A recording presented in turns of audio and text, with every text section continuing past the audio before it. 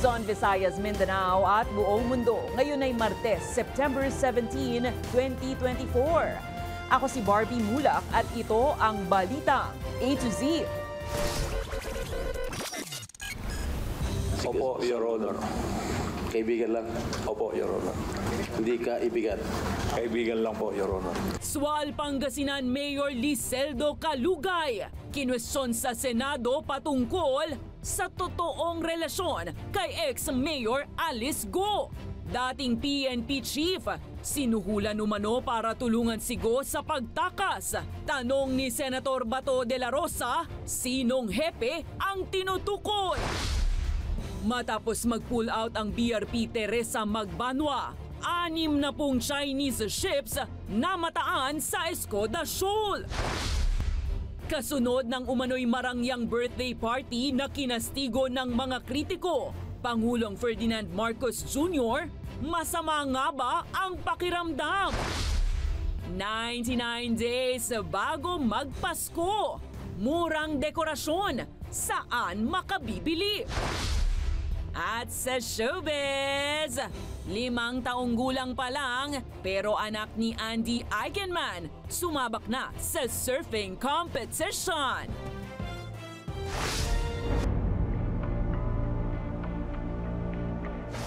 Magandang gabi, pambungad sa ating newscast. Posibleng sangkot umano ang isang dating hepe ng Philippine National Police sa pagtakas ni Alice Go noong Hulyo, pagbubunyag ng isang dating PAGCOR official sa Senado. Samantala, lumantad din si Sual, Pangasinan Mayor Liseldo Calugay na kinwestiyon ng mga senador tungkol sa tunay na relasyon niya kay Go. May balitang A to Z si Ace Cruz. Opo, Your Honor. Kaibigan lang. Opo, Your Honor. Hindi ka ibigan. Kaibigan lang po, Your Honor. Ito ang pagtanggi ni Sual, Pangasinan Mayor Liseldo Calugay sa mga impormasyong boyfriend umano siya ni Banban ex-Mayor Alice Go. Nagpakita pa ng litrato si Senador Jingo Estrada kung saan pareho ang suot na t-shirt nila Go at Calugay sa campaign posters at giveaways. Depensa ni Calugay, May kinakasama po ako, Your Honor. Yung asawa mo? You married? Yung una po, na-annulled na po, Your Honor. Tapos may kinakasama po ako. Alis, kilala mo yung kinakasama niya? I refuse to answer po. Sen, hindi ko po kilala. inungkat ni Senador Risa Ontiveros kung may kaugnayan sina Go at Calugay sa negosyo. Di ba ang karamihan po dito, Mayor, sa pina-flash ko po ngayon, ay pinagsama-sama ang mga pangalan nyo ni Go Huaping o Alice Go? Tingnan nyo po, AC Aqua Farm, D Aqua Farm, Lixel Fish Farm, Dongguo Fish Farm, Guko Aqua Farm. Tinalo niyo pa si Dong yan, ha? Naisuriin ng mga senador kung ang mga naturang negosyo ay front lamang o yung panakibutan sa iligal na pogo. Lumutang din sa pagdinig ang intel reports na may isa umanong dating PNP chief na tumulong kay Alice Go na makalabas ng bansa na kasalukuyan ng pinaimbestigahan ng komite sa ilang concerned agencies. Inungkat ni Ontiveros ang impormasyong may sinuhulat umano si Go ng daan-daang milyong piso para tumulong sa kanyang pagtakas. Ano pa po yung usap-usapan bukod sa general detail na yon na 200M to a high BI official? Meron pa bang ibang mga di umanong sinuhulan? Meron pa bang additional amounts na pinag-uusapan? Hindi PNP unit, ma'am, but personalities. PNP personality. Sino-sino po? I think it was mentioned the former chief PNP. Which one? Don't know, ma'am, but former chief PNP. Wow. Ayon sa Bureau of Immigration, iniimbestiga na ito at tiniyak na mananagot ang sinumang sangkot sa pagpuslit ni Go sa bansa. Para sa Balitang A to Z, Ace Cruz. Dinipensahan ni Senator Ronald Bato de la Rosa ang sarili matapos na lumutang sa pagdinig ng Senado ang isang usapan tungkol sa umano'y dating hepe ng PNP na tumulong kay Alice Go na makatakas ng bansa. Batay sa natanggap na impormasyon ng isang PAGCOR official, may isang dating PNP chief na naka-payroll umano kay Go kapalit ng pagtulong nito. Mababatid na nagsilbing PNP chief si De La Rosa sa panahon ni dating Pangulong Rodrigo Duterte bago naging senador. Pero nang matanong naman, kapwa itinanggi ni Guo at PAGCOR official na si De La Rosa ang napaulat na dawit na PNP chief. Baka mamaya, mayroong lalabas na script dyan na si Bato ay tumatanggap ng pera galing sa'yo. Wala pong ganun pong nangyayari. Sigurado ka? Sigurado po ako. Wala pong Kilala ganun mo ba ako? nangyayari. I'm sure you're not the one. I think so. Inamin naman ng sekretarya at look-alike ni ex-Mayor Alice Go na si Kat Salazar na siya ang nag-ayos ng affidavit ng kanyang boss nitong Agosto. Sa pagpapatuloy ng Senate inquiry ukol sa iligal na pogo ngayong araw, inusisa ng Senado kung paanong napirmahan ni Go ang kanyang affidavit noong Agosto. Gayong nadiskubring, July 18 pa lang, nakatakas na siya palabas ng bansa. Ayon kay Salazar, napag-utusan lang siya ng kanyang boss na nakausap niya via WeChat. Pinakuha sa bahay ni Go ang brown envelope. Nasa loob ang pirmado ng huling pahina para sa affidavit. Kinumpirma naman ni Go na siya ang lumagda doon. Samantala, tipid ngayon sa sagot ang abogadong si Attorney Elmer Galicia na nagnotaryo ng questionabling affidavit. Posibleng maharap sa reklamong perjury si Galicia sa pagnotaryo ng dokumentong hindi sinumpaan sa harap niya. Biktima po ako. I am invoking my right against self-incrimination po. Para sa amin po, Your Honor, isang empleyado lang po kami. Sumunod lang po kami kung ano po yung instruction sa amin. Regarding naman po doon kung alam po. Tinawagan ka ni, sinasabi mo tinawagan ka ni Alice Go. Hindi ka nagtanong kung nasan siya. Hindi po, Your Honor. Bakit? Wala rin po ako sa posisyon para tanongin kung nasan po siya. Mananatiling valid at legal pa rin ang mga kasalang pinangasiwaan ni dismissed Bamban-Tarlac Mayor Alice Go kahit siya ay naalis na sa pwesto. Sa plenary debate ng House of Representatives nitong Lunes, sinabi ni Justice Undersecretary Nicholas T. na walang dapat ipag-alala ang mga ikinasal sa ilalim ng termino ni Go bilang alkalde. Paliwanag naman ng Supreme Court na ang Doctrine of Operative Fact ay kumikilala sa bisa ng isang legal na aksyon bago ito ideklarang unconstitutional para sa konsiderasyon ng fairness at practicality. Matatanda ang nagsilbing mayor ng Bamban si Go mula June 2022 hanggang August 2024. Inalis siya sa pwesto ng Office of the Ombudsman matapos masangkot sa umano'y iligal na Pogo Hub sa kanyang bayan. Yung mga kinasal ni Alice Guo nung panahon na mayor pa siya, tingin namin pwede silang umasa sa Doctrine of Operative Fact. In other words, hiwalay yung authority, hiwalay yung effect.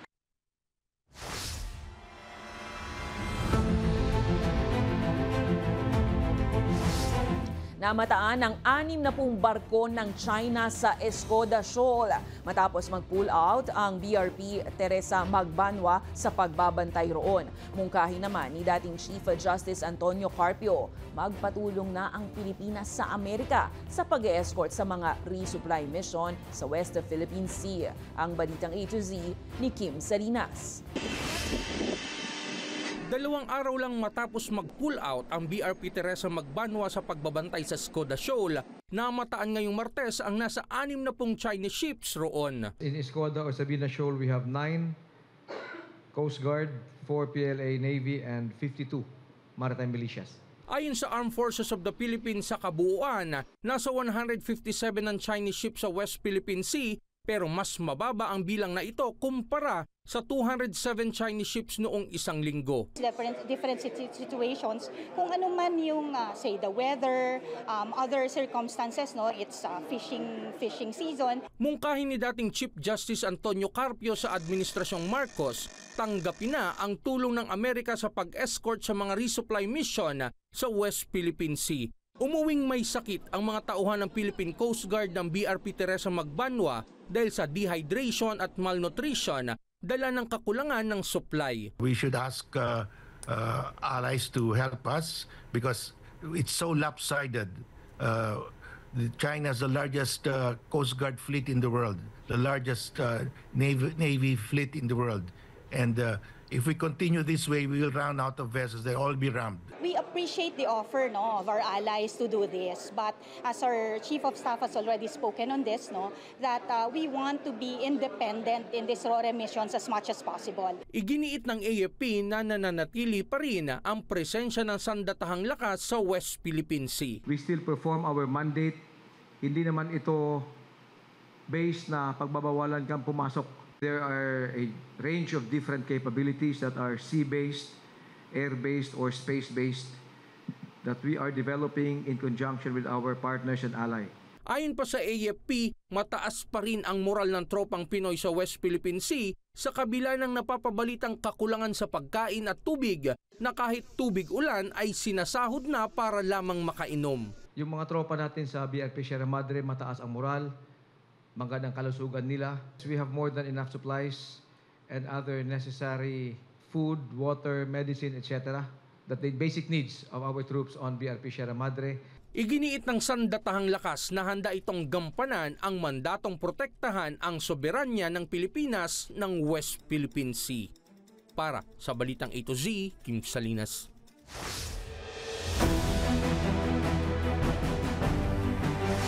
Binawi ni Health Secretary Teodoro Herbosa ang nauna niyang pahayag na umano'y parang may sakit si Pangulong Ferdinand Marcos Jr. Ayon kay Herbosa, wala namang nararamdamang sakit ang Pangulo, lalo na at tumupad ito sa lahat ng kanyang tungkulin at dumalo pa sa iba't ibang pagpupulong kasama ang mga opisyal ng gobyerno nang hindi naka-face mask. Una nang sinabi ni Herbosa na tila masama ang pakiramdam ng Pangulo matapos makita na naka-face mask ito ngayong Martes at nagmula pa raw sa pagdiriwang ng kanyang ika-67 na kaarawan nitong weekend.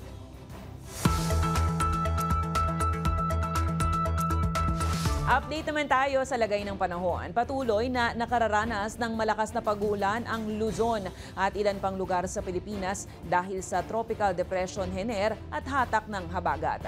Huling namataan ng Hener, may layong 365 kilometers kanluran-hilagang kanluran ng Baguio City. Taglay ang lakas ng hangin na abot ng 55 kilometers per hour at pagbugsong aabot ng 70 kph. Kumikilos yan sa direksyon na pakanluran o pa-west of Philippine Sea sa bilis na 30 kilometers per hour. Nananatiling signal number 1 ang Ilocos Norte, Ilocos Sur, La Union at western portion ng Pangasinan. Posibleng lumabas na ng PAR ang bagyong Hener ngayong gabi o kaya Miyerkules ng madaling araw. Samantala, hindi pa man nakalalabas ng bansa si Hener, may panibago na namang binabantayan na isa pang bagyo ang Pag-asa sa labas ng Philippine Area of Responsibility. Malapit ang Tropical Storm Lasan. Sa boundary ng ating PAR line, may layong 1,980 kilometers east ng extreme northern Luzon. Taglay nito ang lakas na 85 kph at bugsong aabot ng 105 kph. Kumikilos pa kanluran sa bilis na 70 kilometers per hour. Patuloy namang pinag-iingat ang lahat sa posibleng insidente ng pagbaha at landslide.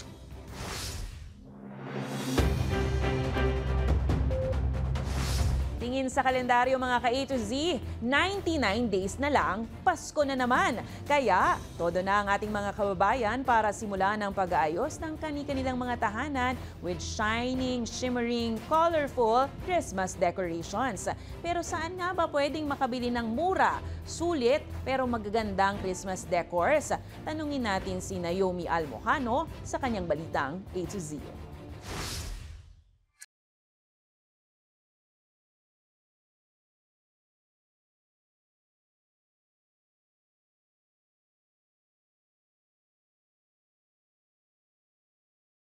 Damang-dama na ang Christmas feel sa bansa na kilalang may pinakamahaba at pinakamasayang pagdiriwang ng Pasko sa buong mundo. Kahit kapapasok lang kasi ng bare month sa bansa, kaliwat kanan na ang makikitang Christmas decoration sa mga kabahayan at establishmento. Kaya naman, masayang mga tindero ng Christmas decor sa all-time favorite Tiangge, ang Divisoria. Tampok dito ang mura pero magagandang holiday decors. Bonggang Christmas trees, kumukutitap na Christmas lights, nagniningning na Christmas balls at makukulay na flower garlands. Name it, they have it. Si Tatay Angelito na mula Dasmariñas, Cavite, pumunta pa ng Maynila para makabili ng abot-kayang Christmas decors. Sa ngayon lang, ang dala namin is 7K lang eh. Talagang budget lang para muna. Tapos sa susunod na lang ulit kami pag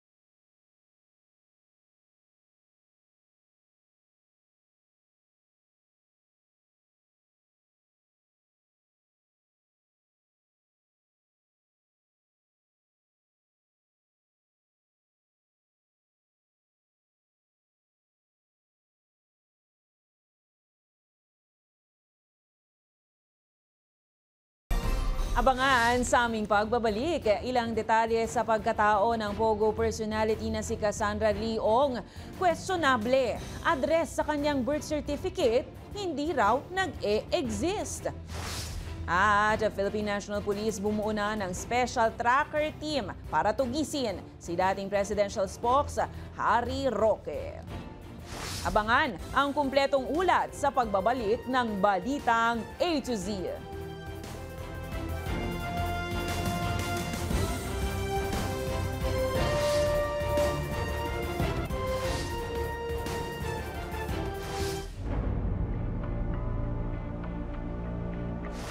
Questionable ang ilang detalye sa pagkatao ng isa pang sinasabing Pogo personality na si Cassandra Leong.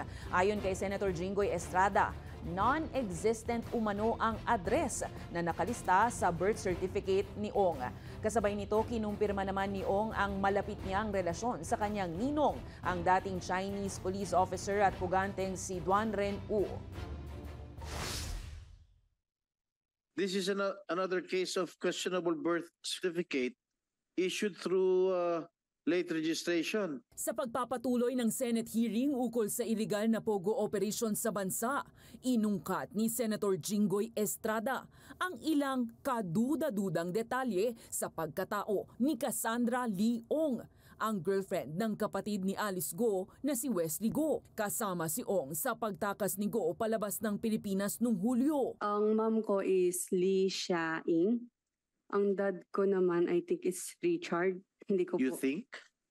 Hindi ko po alam yung full name ng dad ko kasi hindi ko po siya nakasama. Ayon kay Ong, ipinanganak raw siya sa tulong ng kumadrona sa bahay nila sa San Juan City, saka dinala sa ospital. Pero si Estrada, na dating alkalde ng lungsod, may duda. Walang manghihilot, walang Rosario Mendez, at wala rin yung address San Juan na nakalagay sa kanyang birth certificate. Ani Estrada, negatibo rin sa database ng Philippine Statistics Authority ang kasal ng magulang ni Ong, maging ang kanilang birth certificates. The mother is a Chinese, so hindi siya pinanganak talaga dito sa Pilipinas. The father allegedly was born as Chinese, but parang merong pinapakita in the Congress, in the House of Representatives, that the father was naturalized. Ayon kay Estrada, posibleng walang basihan ang Filipino birth certificate ni Ong, bagay na iniimbestigahan na ngayon ng PSA. Samantala, wala man sa buhay ni Cassie Ong ang anyay tunay niyang ama. Naungkat naman sa Senado ang malapit na relasyon niya sa kanyang amain na si Duan Ren U. Alam mo ba na ang ninong mo na si Duan Ren Wu ay wanted fugitive sa China? So po. Kinumpirma ni Ong na magkasosyo sila ni U sa ilang negosyo at Magkasama rin sila ng bahay sa iisang address sa Porac, Pampanga. Ninong mo lang siya? Hindi ka ba niya empleyado o ka-partner? Partner po sa business. Partner sa business. Sa Wordwin po. Si Duan Renwu na dating pulis sa China ay isa sa 3 sinasabing big boss ng Pogo sa Pilipinas. Si Ong naman ay kasama sa 52 individual na kinasuhan na nitong buwan ng Presidential Anti-Organized Crime Commission sa reklamong qualified human trafficking dahil sa pagkakasangkot umano sa scam center na Lucky South 99 sa Porac, Pampanga. Bumuo na ang Philippine National Police ng mga special tracker team para tugisin si dating presidential spokesperson Harry Roque. Pinangungunahan ng PNP Criminal Investigation and Detection Group o CIDG ang mga tracker teams matapos ipagutos ng House of Representatives ang pagdetain kay Roque dahil sa contempt. Tiniyak naman ni Police Chief General Romel Francisco Marbil na isasagawa ang manhunt operation ng may mataas na antas ng profesionalismo at paggalang sa due process. Samantala, pinalagan ng 2 mambabatas ang naging pahayag ni Roque na hindi ito susuko sa House Squad Committees.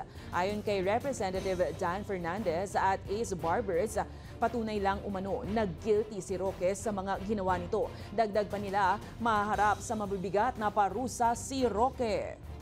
Well, kung talagang umiiwas siya na siya ay pumunta dito sa Kongreso, alam mo may presumption ang lagi yan no? Kapag evasive ka and then you're trying not to accede to the request of the WADCOM.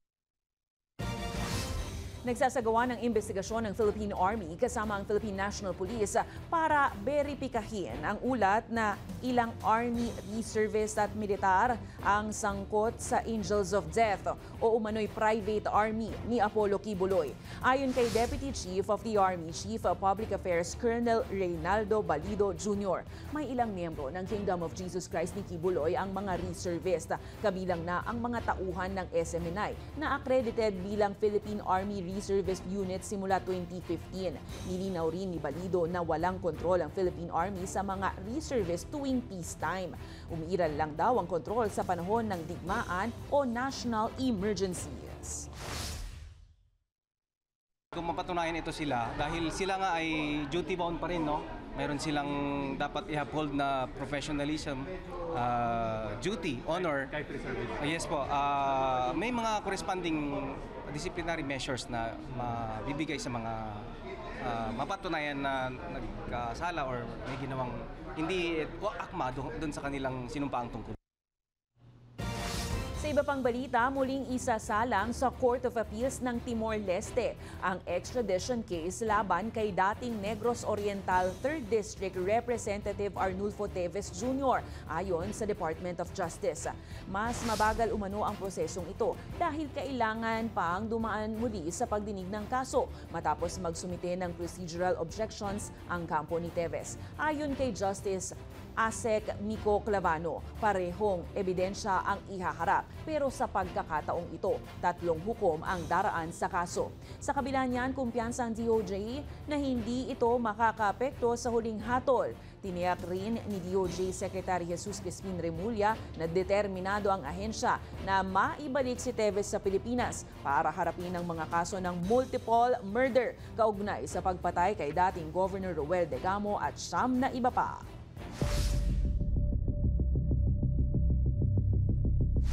Umakyat na sa 4 ang naitalang kaso ng Mpox sa Quezon City.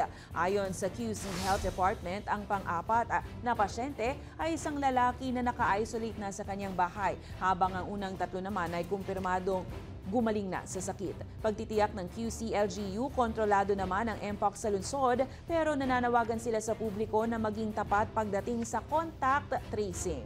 Samantala, para mas mapabilis at mapaigting ang pagbabantay sa sakit, ready na ang Mpox PCR testing capability ng East Avenue Medical Center, habang for reactivation naman ito sa ilan pang ospital sa bansa. Maglulunsad ang Department of Health ng nationwide school-based immunization program para protektahan ang mga batang Pilipino laban sa mga sakit gaya ng tigdas, rubella, diphtheria at human papilloma virus. Ito ay matapos ipagutos ni Pangulong Bongbong Marcos Jr. na palakasin ng DOH ang pagbabakuna para mas marami ang maprotektahan. Sisimulan ang bakuna eskwela sa Dr. Alejandro Albert Elementary School sa Maynila sa October 7, katuwang ang Department of Education. Target ng DOH na mabakunahan ang 95% ng mga batang Pilipino, pero nilinaw na ahensya na hindi magiging mandatory ang pagbabakuna at kailangan pa rin ang pahintulot ng mga magulang. Of course, right of refusal pa rin. And then, ang usual process namin, pag may nag-refuse na parents, yung health workers na namin ang pumupunta at ini-interview, tinatanong bakit ayaw magpabakuna. And then we try to convince them, baka maling information, maraming nababasa kasi sa social media. That's why we need your help. Pinalawig ng Commission on Elections ang deadline para sa online filing ng application para sa reactivation ng voter status hanggang sa susunod na linggo. Layunin ng extension na bigyan pa ng pagkakataon ng mga Pilipinong botante na ma-reactivate ang kanilang voter registration record nang hindi na kailangang personal na pumunta sa lokal na tanggapan ng komisyon.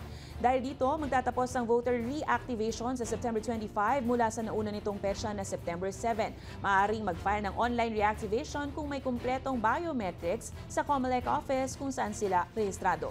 Susumite ang aplikasyon sa official email address ng bawat Office of Election Officer na makikita sa COMELEC website. Mula February 12 hanggang September 11 naman, nakatanggap na ang COMELEC ng humigit sa 550,000 na application para sa reactivation. Susunod, 5 taong gulang nina Andy Eigenman at Philmar Alipayo na si Lilo sumabak na sa kanyang unang surfing competition. At kapamilya actor na si Gerald Anderson muling pinarangalan. Manatiling nakatutok, kayo ay nanonood ng Balitang A to Z.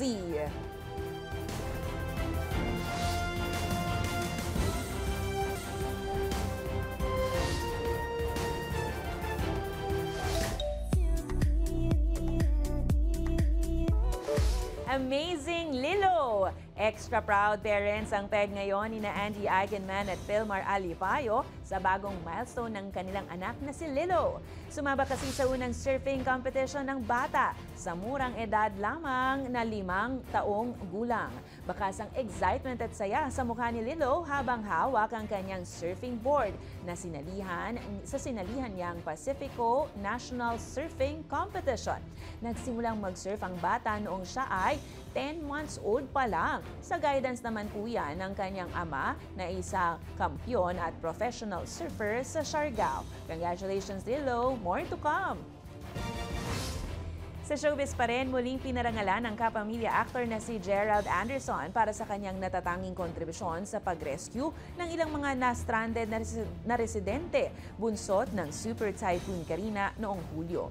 Sa mga larawang ibinahagi ng Star Magic, makikita ang aktor na tinanggap ang parangal mula sa lokal na pamahalaan ng Jensan na hometown ng kanyang ina.